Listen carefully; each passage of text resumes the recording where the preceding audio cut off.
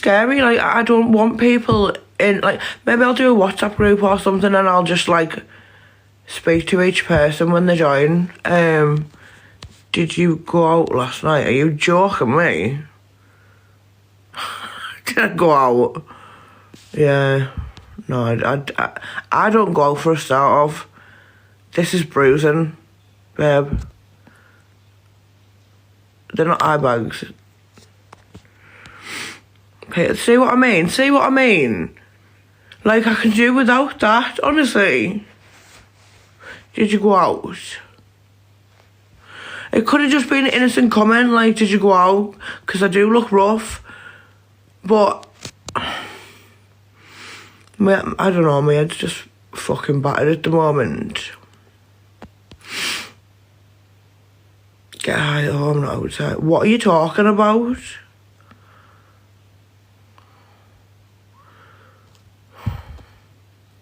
Oh, you were being nice, sorry. See, this is what I mean, like, I just need a place where I can talk to people and I know they're not trolls.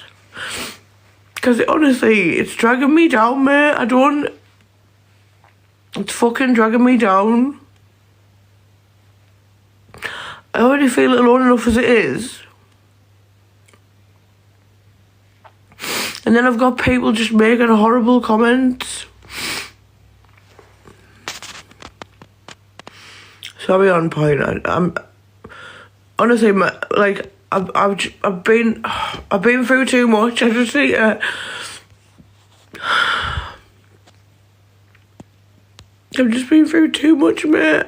It's too much for one person. It's just too much for one person, and I just need people to talk to. And when I do think that I'm talking to someone nice, and they'll turn around and say something horrible. And I think, what? Why would you pretend to be a nice person and be helpful? And then fucking turn around and shut it in my face, like, I'd never do that to you.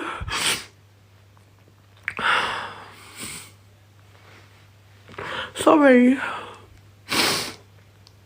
Like, my mum come round yesterday, because she was talking to me about my banister in my house. And if you know what's going on, you'll know that my partner fell down the stairs, right? And she's going, your banister's dirty, why haven't you cleaned it? I was like,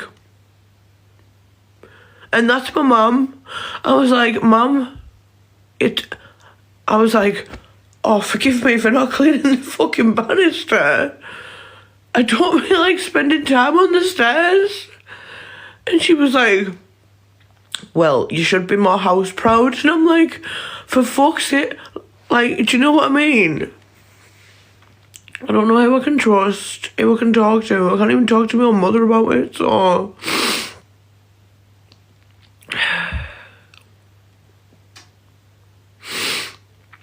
Yeah, Lennox, he did.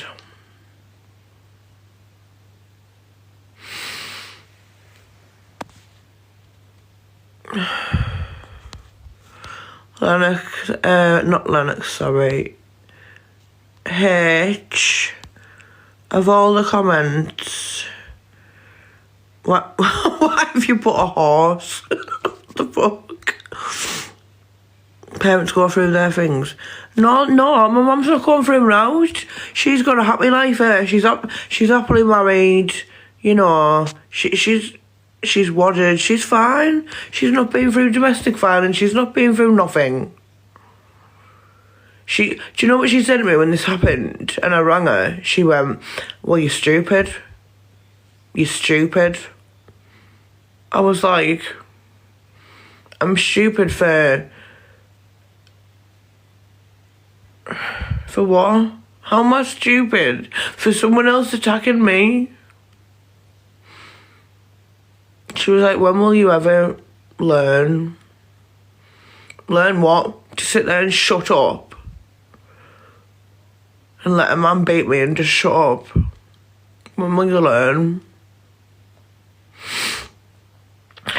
When will you learn, she says. You keep making stupid decisions, Lucinda. When will you learn? maybe I'll learn that violence is okay because your husband used to throw me about when I was a kid. Maybe that's where I got that from. Also, I've been told. Maybe that's why I tolerated it for so long. Maybe that's why I've put up with it for years. Maybe that's why I put up with it off this guy. Yeah, Leon, my mum said, I don't need this. I rang her last night to talk to her. She went, Lucinda, I'm getting ready for bed. I can't be hassled. I don't need hassle. I was like, okay, bye. Sorry to bother you. Eyes look puffy. That's not puffy, that's black eyes.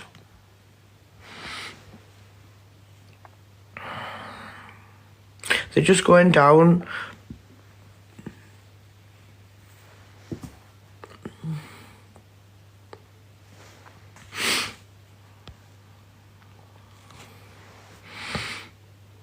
Do you know what? I'm going to put the light on because I've got people coming. This is what I mean. I've got people coming here going, have you been for a night out? All the, like, no, I haven't been for a fucking night out. That's the absolute last thing on my mind right now is going for a night out. Like, someone who I thought was my friend, for me, he's in prison, right? This is another person he's been put in prison for something else. Different prison than the guy who's done this. And he's rang me and went, Carl, can you do me a favour? Can you text this number for my friend? Have you had a night on the packet? No, I haven't. I've had about half an hour's sleep. In case you didn't know what's going on, just look at my page, mate. Look at my page. So anyway, this guy, who I also thought was a friend, messaged me. Man, do this, yeah, my friend did this to me. Messaged me, sorry, rang me off the prison phone. And you know when it comes through, if you ever spoke to somebody in prison, hi Helen, if you ever spoke to someone in prison, right, and it comes through saying, this is a call from whatever prison. Please hang up if you do not wish to accept. So I left it on. You know, I've spoke to this guy since my partner died. He said he'd be there. He was there for me. Then he went to prison because basically he stole money off his parents and they got a restraining order against him. And then he went to see them and his mum rang the police on him. It was like that film, Catch Him If You Can. You know where he goes to see his parents? Is it Catch Me If You Can? Or is it Blow? I'm not sure.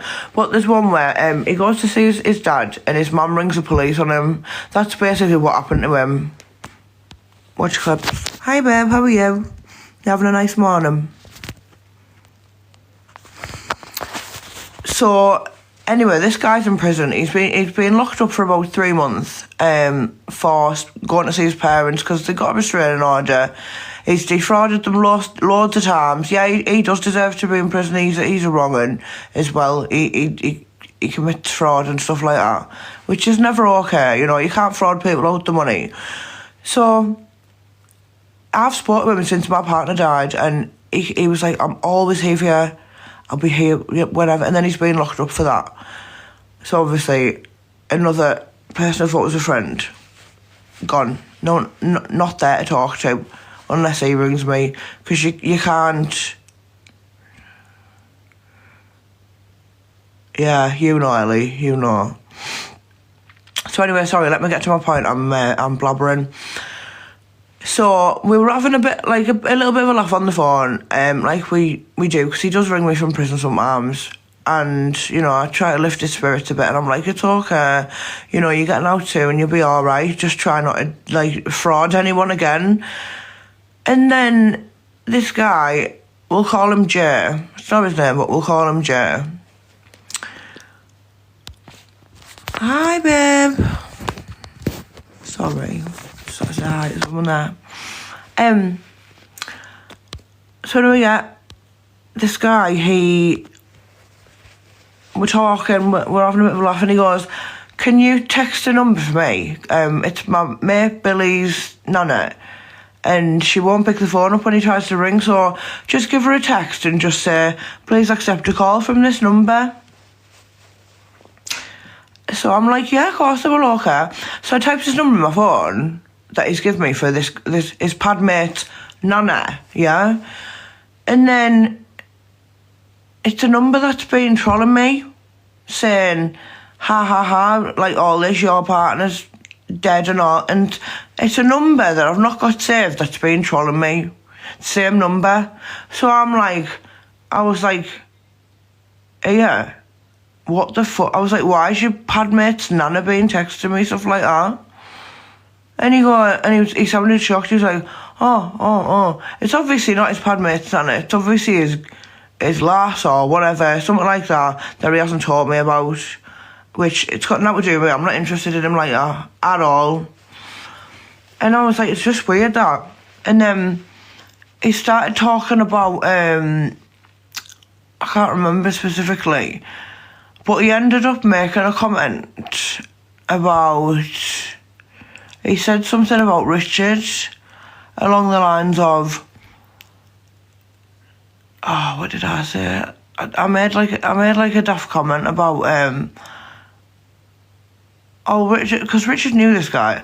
I said, Richard always did say that you were, no, that's what I said. I said everyone Richard, because Richard was a barber, I said everyone whose hair Richard done knew about you, because he said loads of people know me and I don't know how, like in the prison. I said, all of Richard's clients will know about you and know your name, because, like, me and him used to be friends, and Richard was a bit, like, a little bit jealous. Like, this was ages ago. This was before, like, nothing ever happened with me and Jay. But Richard used to, like, talk to his customers about it. And so I went, oh, yeah, that's why people know you, because Richard, like, has been telling all his people about this and that his lass has been speaking to this, because he's a farmer. His lass has been speaking to this farmer, and he'll have told him your name. And he went,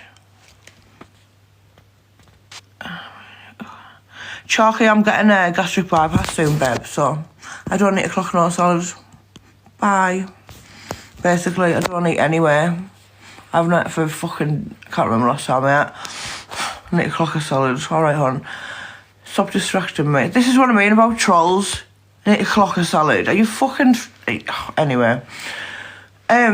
So, the point of my story I'm getting to is he turned around on the... Well, I don't know if he turned around. He was on the phone. Sorry, it's in Middlesbrough thing that. Turned around and he said that. Sorry. So he's on the phone and I went, oh yeah, well Richard would have told the people whose hair he does about you, like all the Menks who's a barber. So that's probably how half of them know you. They're probably all in there for doing stuff. Or whatever they've done, like, I don't know, whatever gets you into prison, I guess. Batting women, whatever. And do you know what he turned around and said to me? And I was still laughing because we were bantering. And he went... Yeah, but who's the one still above ground though? And started laughing. And you know, because I was already laughing, I was like, still laughing, and then I clocked what he said. I fucking clocked on what he said. And I went, nah. And he went, yeah. No, I haven't got bad hair for you, I'm being battered. He went, no. He went, who's the one laughing now? Still above the ground. I was like, no. I just hung up on him and he kept trying to ring me back and I was like, fuck off. Maggie Auntie, what kind of names are? At least I'm not a fox pervert. Who has a fox? Get away. Car crash. No, I got battered. Luke, I've already explained to you what's happened. And now you're just being stupid. So you're gone. This is what I mean about coming live. Like, I'm trying to tell you what's going on. And I've just got people in the comments being knobheads. I can't be bothered. Sorry. Bet you deserved it. This is exactly what I'm on about. And I don't even mod anyone, because last time I did, they started blocking all my friends.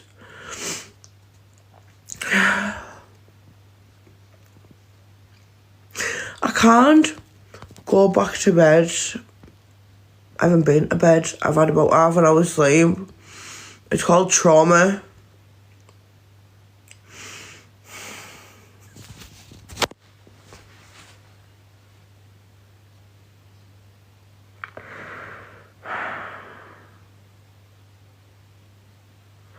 Like, why can't people just not be assholes? Why can't I just come on here and talk to people? The thing is, though, people thrive off this. Like, they'll say that I'm upset by it, and they'll do it more.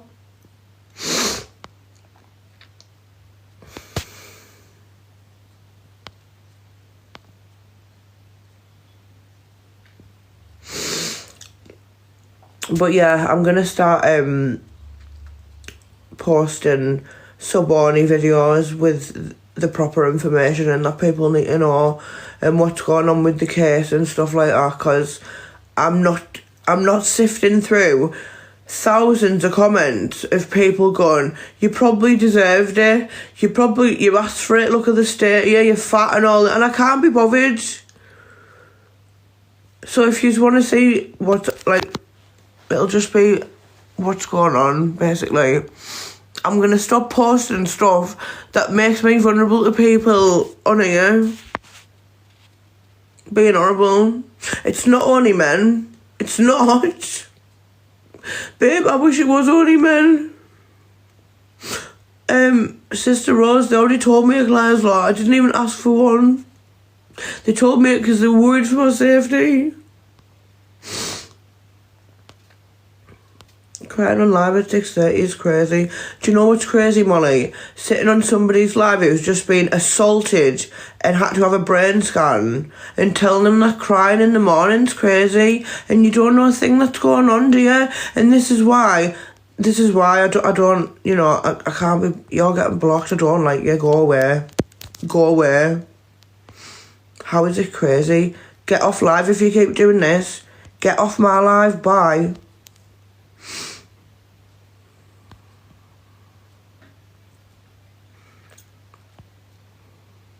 This is why I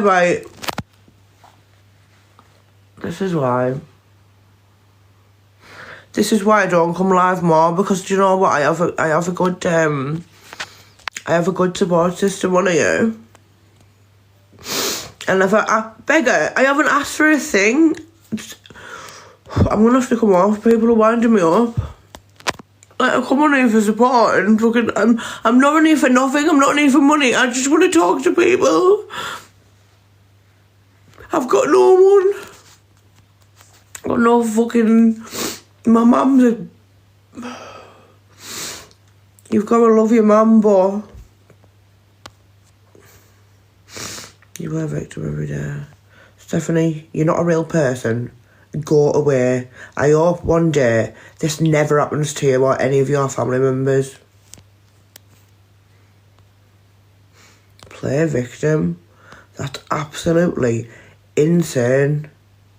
I'll tell you why I came on live and didn't call the police. Because they accused me of murdering my partner not 5 months before, who died in front of my face, shy, and you're going as well. Get out. Do you see what I mean? Like, I don't want to start doing sub-lives because I don't want people to have to pay to talk to me. It's not fair. I just want people who I can actually speak to, who aren't going to be awful and fucking disgusting to me in the comments. Thank you, Gav. That's what I'm doing. I'm trying to help other people. People are just coming on being absolutely horrible to me. Like, for what?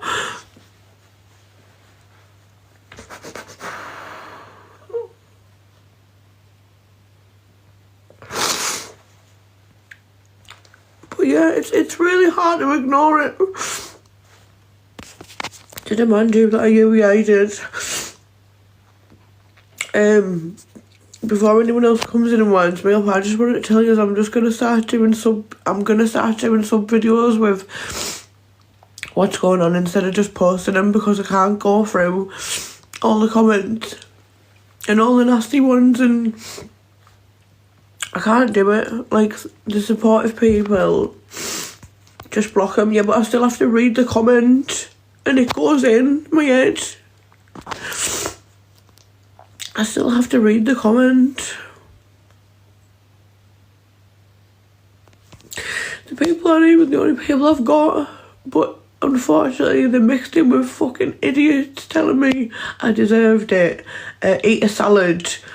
Have you been on the packet? No, I haven't been on anything. I do not need to eat a salad. I barely eat anywhere. I've got a condition called PCOS, which makes it nearly impossible to lose weight. I've been working on losing weight for a year and a half now. I've lost 6.5 stone. So for people to come in here and go to me, you should clock a salad. Do you know how triggering and upsetting that is for me? How hard I've worked? Thank you, Amy. I don't need it. So yeah, I'm gonna start putting the important videos on sub only. If you just want to see them, I don't know how much sub is. I think it's £3. I'm not doing it for the money. I'm doing it like, you know, when you rehome a dog and you don't give it away for free, so you know that people aren't gonna fucking use it for dog fighting. It's kind of like that. So I don't know, if people have subbed, they're not gonna come in and be an absolute cunt. Or if they are, then what's like, do you know what I mean? So that's what I'm gonna do. The important things, I'm just gonna put them on sub videos. I'm still gonna keep coming live. I'm gonna possibly, you can block them. Yeah, but Charlotte, I still have to read the comments. I don't need to see them. I don't need to see them. They go in my head. I'm a sensitive person. They go in.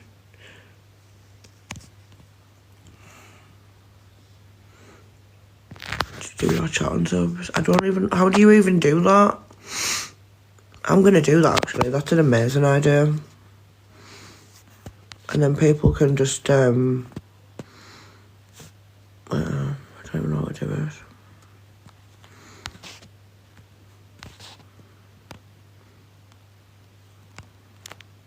Sub only live chats.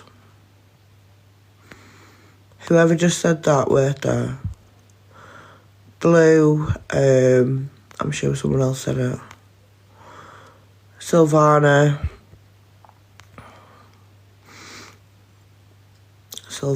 and Blue. Honestly, that's the best idea. Because it's the comment that upset me. It's the horrible comment that upset me. I still want to talk to you. I don't want people to have to pay to watch my live. I still want to talk to you and tell you what's going on. But I can't be doing with the horrible, horrible comments. This is mint, thank you. I didn't even think of doing that. Actually, thank you. Thanks for people gifting, but honestly, you don't need to.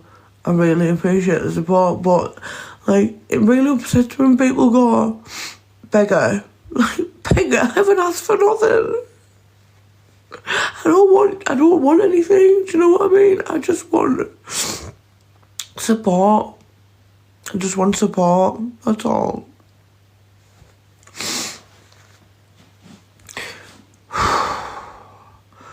That's so much better. Like, all the horrible comments have stopped. Thank you so much to the 2 people who've just told me to do that. And now hopefully all the trolls and that'll leave because they can't touch me. Thank God for that. Thank God for that. That's all I wanted. That's the smartest thing ever. Like, thank you to you. Thanks. Thank you. Because I just want people to talk to. And I don't need people going, you're a beggar, you need to eat a salad, you're this, you're that. Like, I don't fucking need that right now. I don't fucking need that right now. You're on here every day playing victim. Playing victim? How do you play victim when you literally... Do people not know what a victim is? It's someone who suffered down to someone else. I'm not a victim, I'm a survivor. But the definition by the police is that I'm a victim of assault and DV. I'm not a victim. I'm not... Do you know what I think? What my definition, right? And I've already done a video on this. My definition of someone who's a victim sits there and cries and does absolutely nothing about it. Like, and like plays, like a pretend victim kind of thing. That's what these people are trying to say I am. I'm not, I'm speaking out. I will not call myself a victim. So when people come in and they go, oh, you play... No, sorry, I've worded that wrong. When people say you're playing victim, that's what it is. I'm not playing no fucking victim. I'm coming on here, I'm telling my story, I'm explaining what happened, because I was in a domestic violence relationship for, well, my entire life. All of them have done it. And when you tell people that, they go, yeah, you must be the problem. You must be the problem. But I tell you what the problem is. I grew up in a household where my stepdad used to throw me about as well, and my mum used to be like, I didn't see him do anything, and she'd be just stood there. He used to tell me he hated me. I don't like kids. I was about 4, 5, 6. I hate kids, mate. That's all I'd ever hear. Can't stand kids. Get out my road. Get out the way. You're annoying. And then whenever I'd do the slightest thing wrong, I remember one time, I think I was about, I don't know, 7 maybe. I'd heard someone say the word prick on the TV. And he was shouting at me like he always used to do. And I went, shush. And then I went, prick. And I tell you what, I've never been so scared in my entire... Bearing in mind I was only a little kid. He launched over. This is a big man who's a colour sergeant in the army, yeah. Big, muscly man. Bald head. Right. Launched over at me, grabbed me by my neck like that, and went, what did you just call me? I was like, I don't know. I was like, I heard it on the telly. And he honestly, he chased me around the house with a fork. And I know that sounds funny, but it's not. He threw me down the stairs when I was pregnant with my son. You know, it's not a joke. People are going, oh, you must be your fault. And I've been brought up believing that abuse is love. Because I got that off my parents.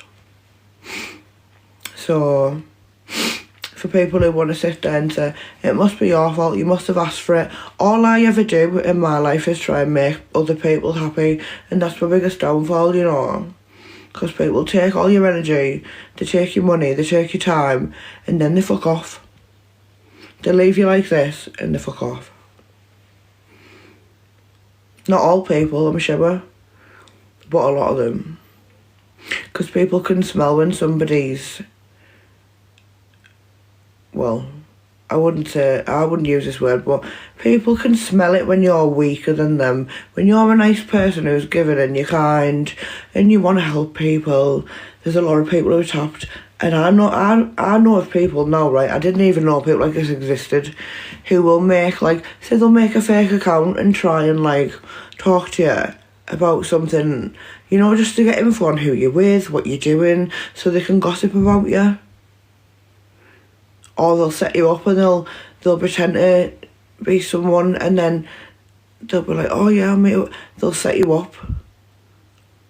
People are not... Some people, honestly, in this world, are on a different level.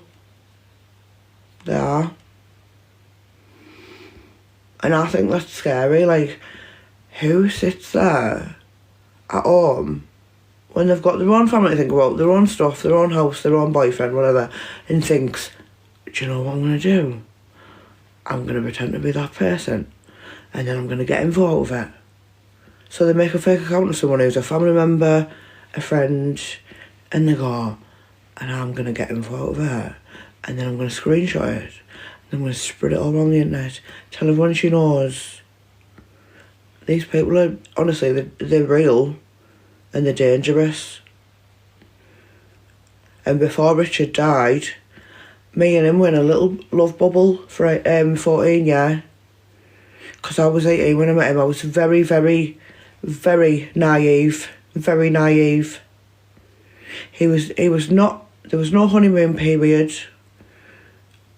What was that? Oh, Sylvana, bless you, babe.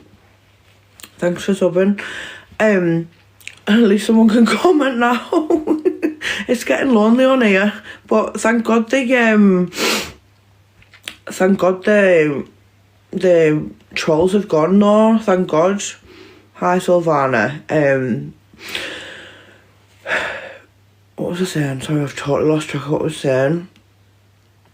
But basically, there are people out there who will pretend that they're your friend, you know, they'll even pretend they're in a relationship with you, they'll pretend they like you, they'll pretend anything to get whatever they want out of you, and then they'll go, didn't care anyway, fuck off.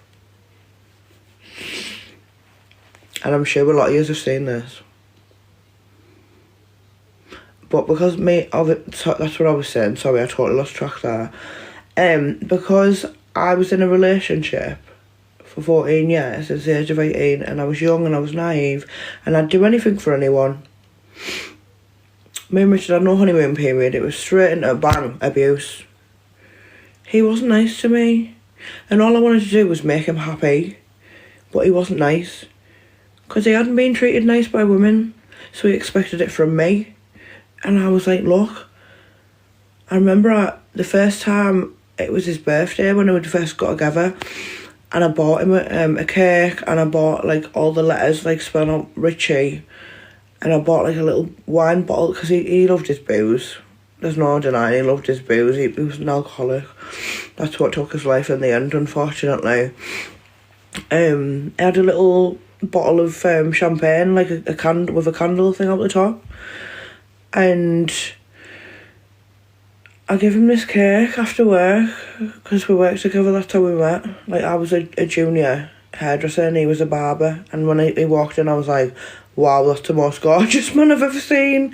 And he didn't speak with months, and then we ended up talking randomly, and I don't even know what happened.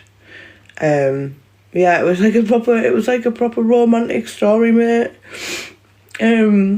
We were meant to go for drinks, for work drinks, and then it just ended up me and him, and it was dead misleading as well, because we were sat there having a pint, and he went, I could never get with someone I work with, it'd be a nightmare. And I was like, you know, gutted. I was like, fuck's sake. I was like, oh no, because he was the most beautiful man, I swear to God. Sorry.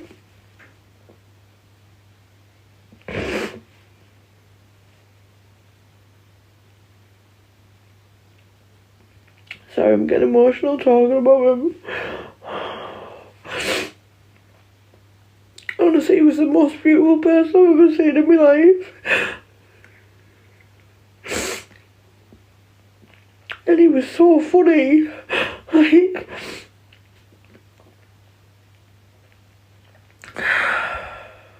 sorry. It was hilarious, it was so funny. So the fact that things weren't perfect, it didn't matter, because that's what I was used to out of the people I trusted, like my parents. That's what I was used to. I just thought that was normal. But yeah, and then obviously we were sat there having a couple of drinks, and I'm 18 and he was like, what, 24? And he was going to me, oh, thank you for that. I don't know what. Thank you, Elena. Honestly, you don't need to send anything, though. I'm not on here trying to cry for gift or anything. I'm just trying to, like, find some genuine people I can talk to who aren't going to troll me or, like, turn around and hurt me after, like, I'm too trusting. I trust too easily. It's something I need to work on really badly.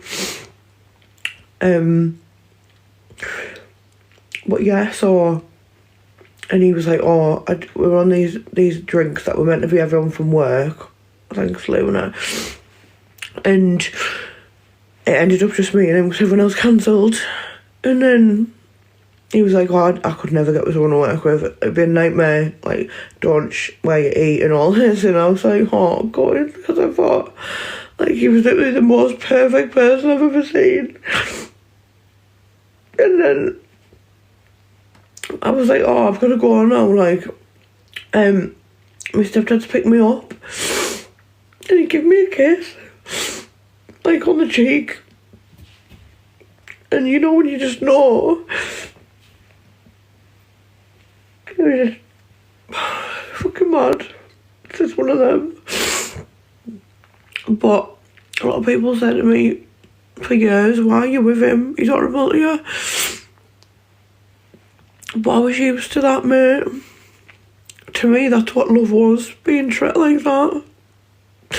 Because my mum's done it all my life. My stepdad's done it all my life. My own dad's done it. He's disowned me not once but twice. I've never done anything wrong to him.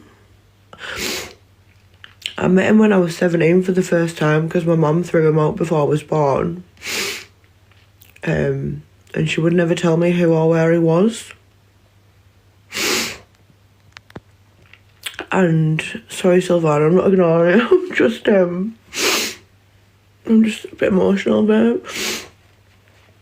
She'd never tell me who or where he was. You know, I've got sisters and brothers all over the world that I'll never meet because every time I've tried to reach out to one of them, they just don't want to talk to me. Like, they'll start off and they're like, oh yeah, it's lovely to talk to you and all this, and then for some, it's like my dad rings them and goes, don't talk to her. But he hasn't got anything to do with any of him.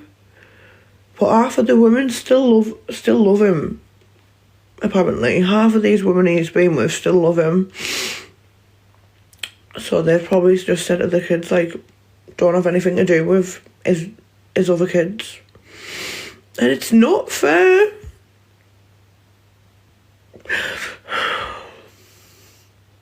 So yeah, I'm used to rejection. I'm used to being put down and I'm used to being swung about because that's honestly just what I thought part of love was. It is. It's just what I just thought that was a part of love. It is. And I think if I met someone who didn't do that, I'd be like, what the fuck? Do you know what I mean? And that's an awful thing to think to. I know I would, in fact. Honestly, I've never had a relationship where somebody doesn't treat me like that. But I think if I did, and I met someone nice and they were like, I'd be like, why are you being nice?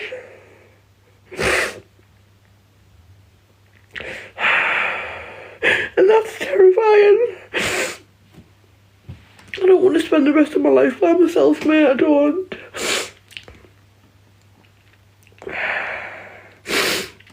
I'm glad you understand, Silvana, because a lot of people don't, and they'll probably be sat here laughing at me now, going, look at the state of her, crying at this time, but you don't understand, like, how many years I've had all this emotion backed up for. Not able to speak to anyone about it, because Richard didn't like me coming live. In fact, I remember one time I was on live and he walked in the house and he went absolutely mad. He was only telling me what shopping he'd bought. And he went, what's your phone in your hand for? I went, oh, I'm just on live stream. And he went absolutely mad. He was like, why would you be on live stream without telling me? I was like, you came straight in, you were showing me the shopping. Like, I'm sorry. 26 years of that, I'm so sorry, babe. The thing is, people don't understand unless they've been there. People just think you're attention seeking. You're coming here crying, you're just looking for attention. I do not need your attention. I don't want it. I want friendship. I want love. I want people around me that I can turn to and trust. I don't want anything other than that.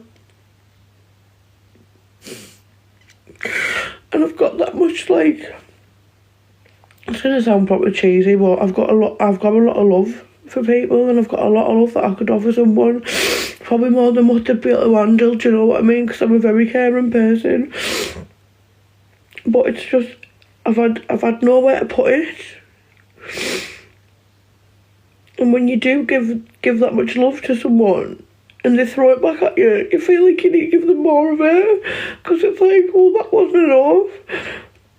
So let me try harder.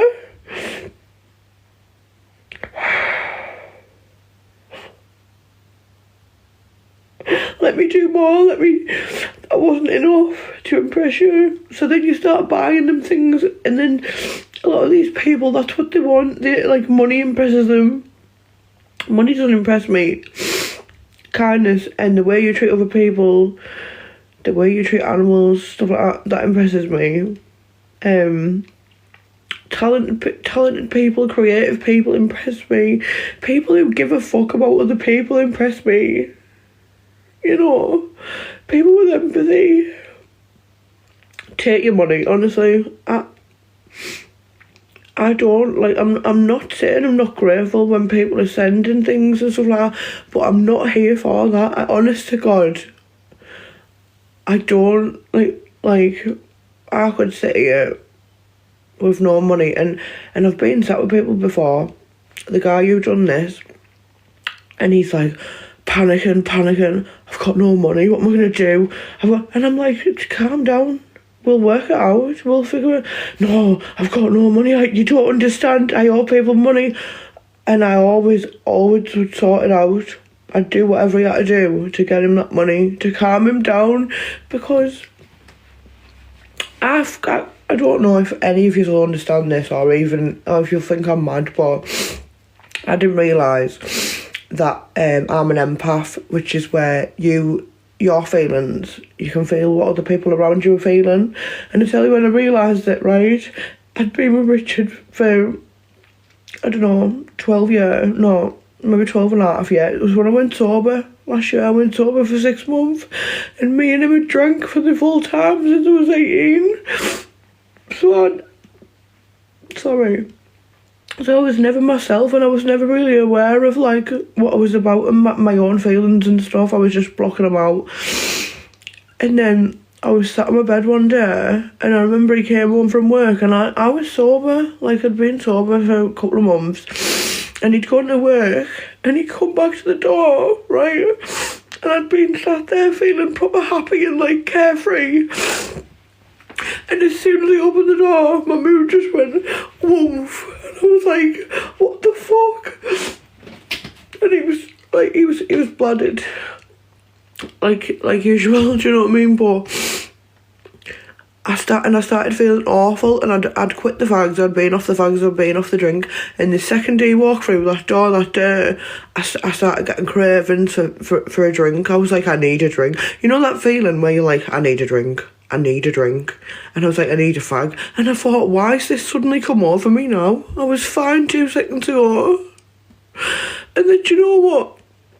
I thought, what the hell? I thought, I'll go and take the dog outside. And I walked away from him, physically walked away to the front, not even that far, to the front of the flat. And the feeling lifted. And I was like... And that's one of the first times that I felt my heart actually physically break in my chest, because I thought, I can't be with this one. Because his feelings were reflected onto my mood. Because he was an addict.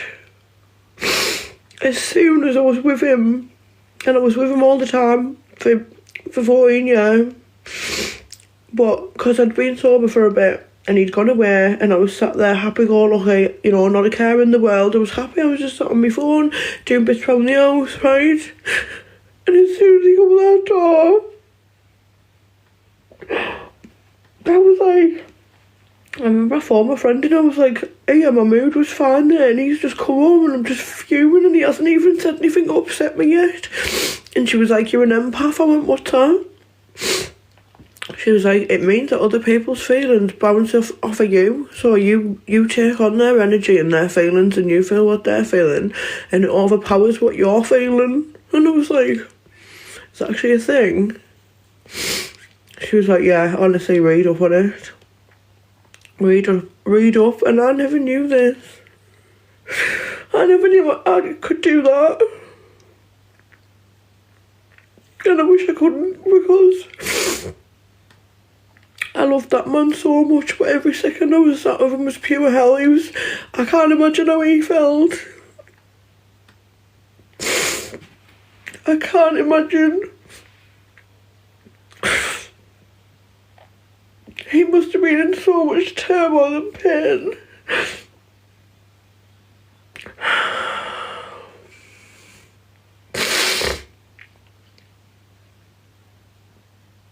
God love him, man. But he never once complained. He was, do you know, when he passed away, people said to me, I can't believe it, I seen him 2 weeks ago and we were laughing and joking. He was always dead tanned, he always looked good, you know, no one knew. But he was getting more and more poorly for months, years even.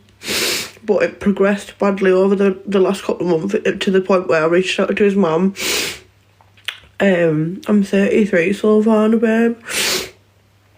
To the point where I reached out to his mum, who hated my gut, and I was like, please help me, he's just had another seizure and he's turned blue.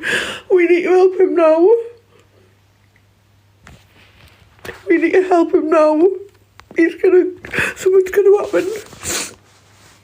Because it was every other day he was having a seizure, and I was like, I'm so sorry, Shirley, I bother you, but I need your help. I was like, he won't listen to me, I can't do this.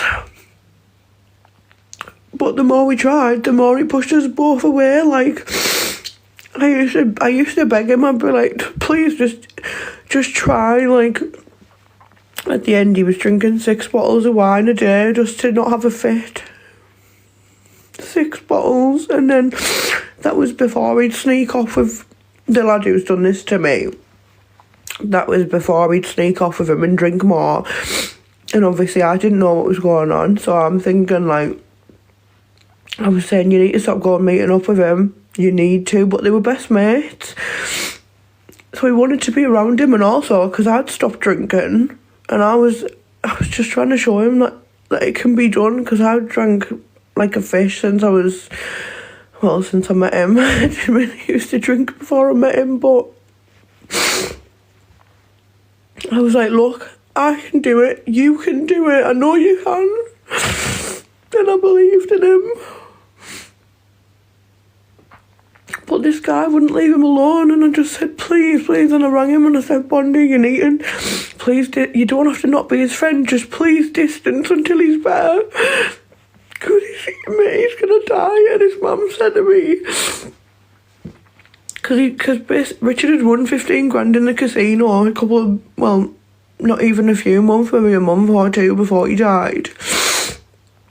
And he was so happy, because like that was one of his life ambitions, to win loads of money on the lottery or something. He got 15 grand. And it honestly, it just ruined him. Like, he just had endless money to spend on drinks, so he didn't stop. He didn't stop. Even though his mum had hold of most of it, he would just go, oh, Mum, send me money, and she would, because it was his money. So she had to, and she didn't want to feel like a bad mother, like, oh, I'm withholding your money. And do you know what she said in the end? Like, she said, I remember she told me this on the phone, she said, he's just asked me for more money for you. She said, what do you need money for? I said, I'm at home, I don't even know where he is, it's not for me. And she goes, she said, I told him this money's either for your rehab or your funeral. And now he's dead. He didn't want to spend the money on... I kept telling him, you can do it. I've done it. Look, I've been sober 6 months. He didn't want it. He gave up. In the end, he gave up. And people have come for me saying, oh, you were posting how much of an arsehole he is and that you were leaving him before he died. I was trying to leave because I couldn't watch. I couldn't watch him. I couldn't watch him die, and then in the end I got him in the worst ever way. I had to perform CPR, I had to watch this black tar come out of his nose, which apparently is normal when you do CPR. But they don't tell you that.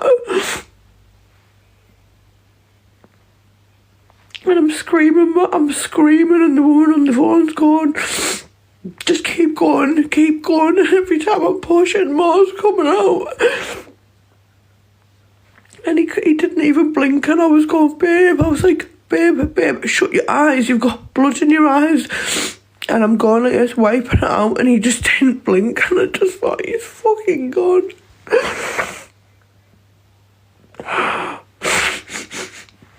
I just thought he's gone. But then I kept going, and I was like, no, he can't be gone. He can't be gone. And then the paramedics came and they performed CPR for 45 minutes to an hour. And then they just said, I remember they said to me, can you write down his name and his address and his date of birth on a piece of paper, please? And then one of them said the time, and I was like, no.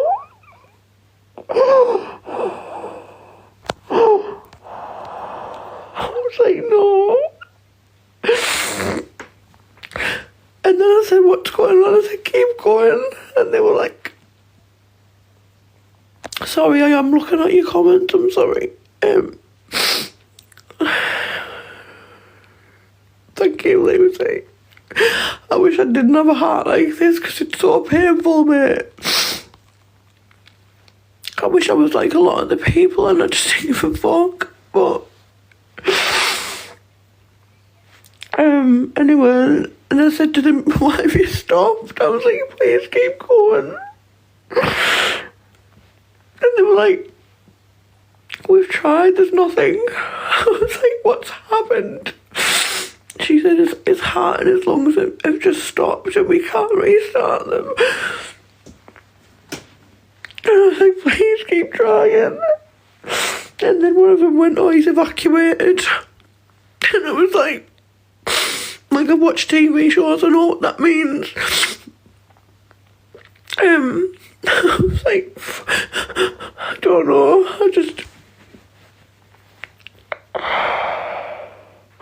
they wouldn't even let me go in the ambulance with them. I go in the car with Mum, and we were halfway there. And I just see the ambulance fly past with the lights on. And I was like, oh, he's going to be okay, they're getting him to hospital, he's going to be fine. They've got the stuff there, they'll help him.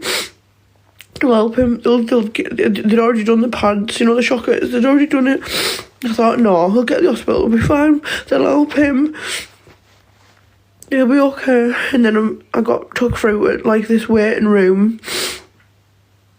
And we were sat in there, it's like a family room, apparently.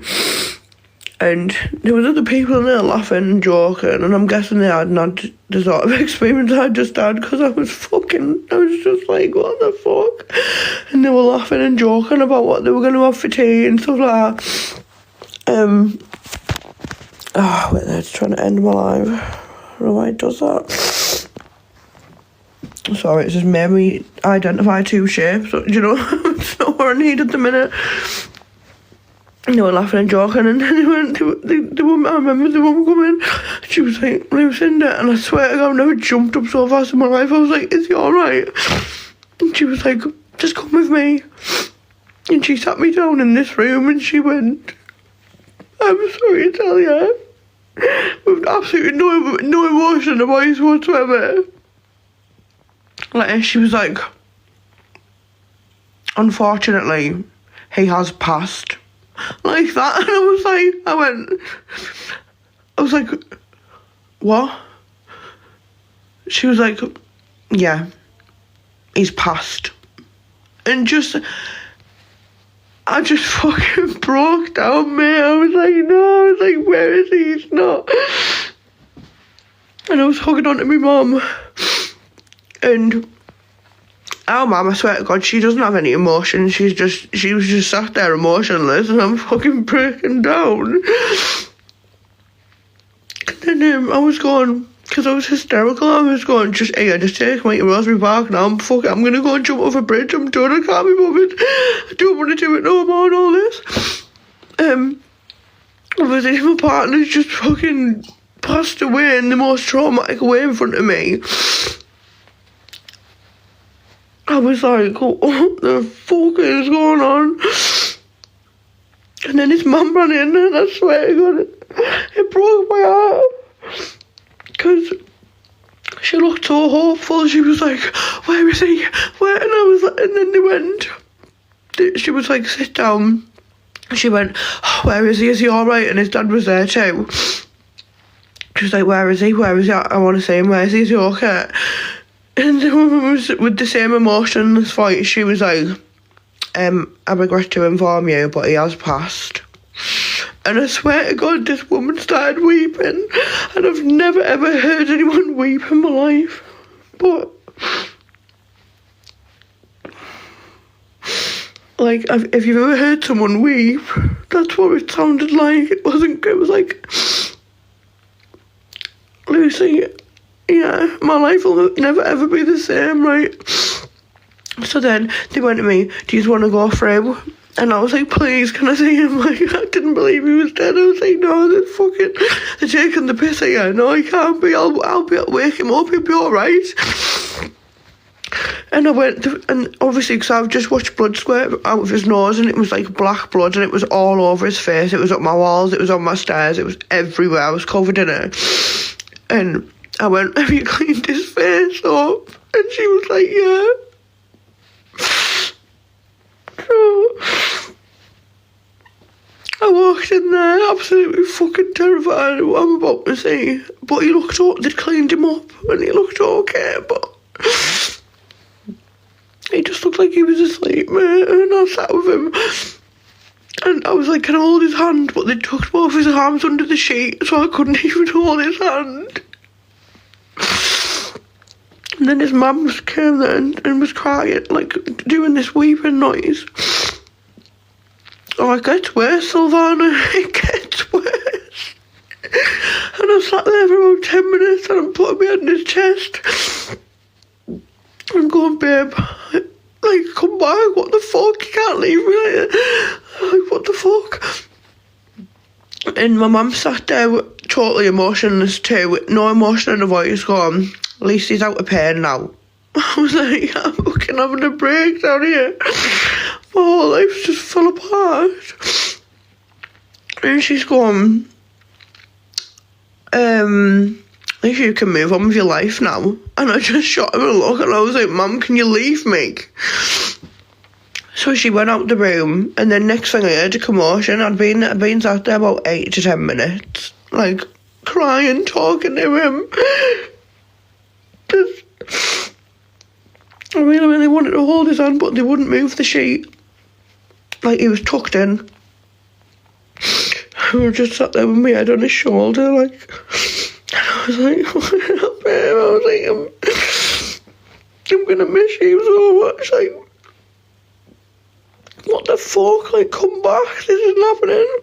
Next thing you know, a big massive tall police officer comes in to the room where I'm sat next to my partner dead, and he goes, we need your word, and he starts interviewing me about what's happened. I told him exactly what happened, and he went, right, the time is whatever, I think it was about midnight, or something like that. The time now is 11:45pm. We are arresting you on the charges of murder if you'd like to come with us. And they fucking slapped the cuffs on me, mate. I looked at my mum and I was like, the fuck? Honestly, and after that, and